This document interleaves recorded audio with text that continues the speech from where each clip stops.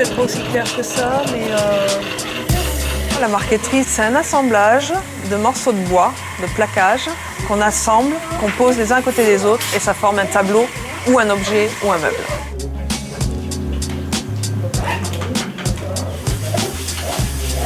C'est très ancien, on n'a rien inventé, ça vient d'avant Jésus-Christ chez les Égyptiens. On a trouvé un siège et c'était plus la marqueterie encastrée que maintenant on fait de la marqueterie du plaquage assemblé et collé. Ce n'est pas une première, mais presque. Cette formation en marqueterie est seulement la deuxième à avoir lieu à La Réunion. Dessins, découpes, collages ou encore incrustations, les stagiaires ont 900 heures de pratique pour apprendre à maîtriser toutes les techniques de cet artisanat. Je suis en train d'ombrer les pièces. Ça permet de donner du relief, de la profondeur. En fait, on prend les petites pièces et on met dans le sable pour ombrer, ce qui permet de donner une petite couleur dorée. Voilà, c'est notre touche personnelle à nous. C'est notre savoir-faire, perso.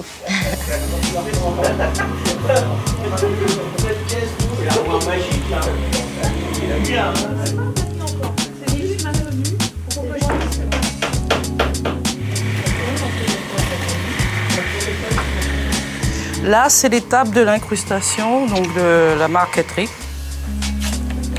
J'ai noté chaque bois avec des numéros, le bois numéro 1, qu'est-ce que je vais mettre là-dedans, donc, et ainsi de suite, quoi.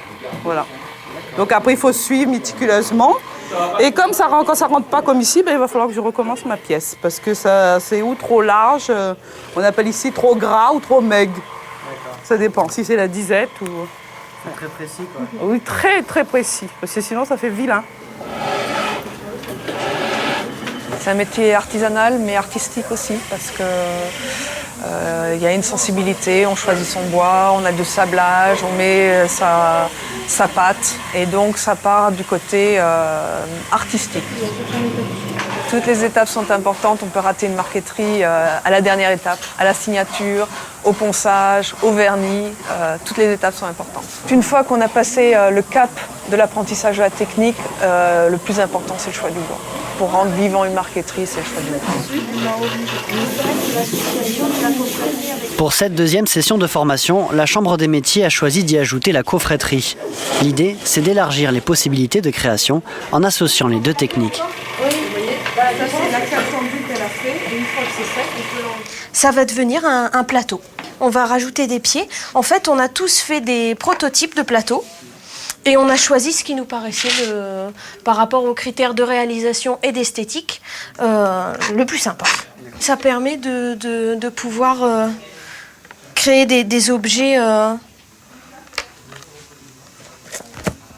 qui soient à la fois pratiques et esthétiques. Je place ma marqueterie dans la presse. Aussi d'associer la marqueterie et la coffretterie, ça nous permet de sortir, de faire autre chose que les tableaux. Même faire aussi des produits de qualité aussi. Pas, je dirais, de luxe, mais c'est quand même des réalisations qui nous prennent énormément de temps. Aussi bien en coffretterie qu'en marqueterie. Mais l'association des deux, vous avez pu voir, après on a des rendus et des objets qui sont quand même d'une finesse et d'une qualité qui est là. Enfin, il me semble. Pas mal de différentes essences utilisées. Et l'intérêt, c'est surtout de pouvoir donner un contraste. Il y a un élément en marqueterie, surtout un élément visuel comme ça, c'est l'intérêt, c'est de le voir de loin, de pouvoir le repérer de loin. Alors là, le travail est vraiment bien réalisé parce qu'on voit vraiment de très loin. Nous, ce qu'on essaye de faire, c'est de créer justement cette identité réunionnaise par le travail particulier, utilisation des bois pays. Je tiens beaucoup à ça, qu'ils utilisent les bois du pays. Et d'avoir une finition, un travail vraiment élaboré, très précis dans les coupes, vraiment un travail bien fini, quoi. La formation est destinée aux porteurs de projets. Certains, comme Coralie, travaillent déjà dans l'artisanat et viennent ici trouver un complément. Pour d'autres, c'est le début d'une carrière. Valérie a suivi les 2 stages. Elle fait partie des élèves qui ont été primés au métier d'art. Et elle compte bien s'impliquer dans le développement de ce secteur. Avec 2 autres marketeurs et un restaurateur de meubles, on a créé une petite association pour essayer de montrer et de faire connaître sur La Réunion ce que c'est que la marqueterie. Pour l'instant, c'est un petit peu difficile. Les gens ne connaissent pas, ça ne fait pas partie de la culture réunionnaise. C'est plutôt une culture, on va dire, de l'ancien continent européen. La seule marqueterie qu'on peut trouver à La Réunion, c'est sur les marchés forains, c'est de la marqueterie qui vient de Mada. Donc on essaye de montrer qu'ici, maintenant, il y a des marketeurs.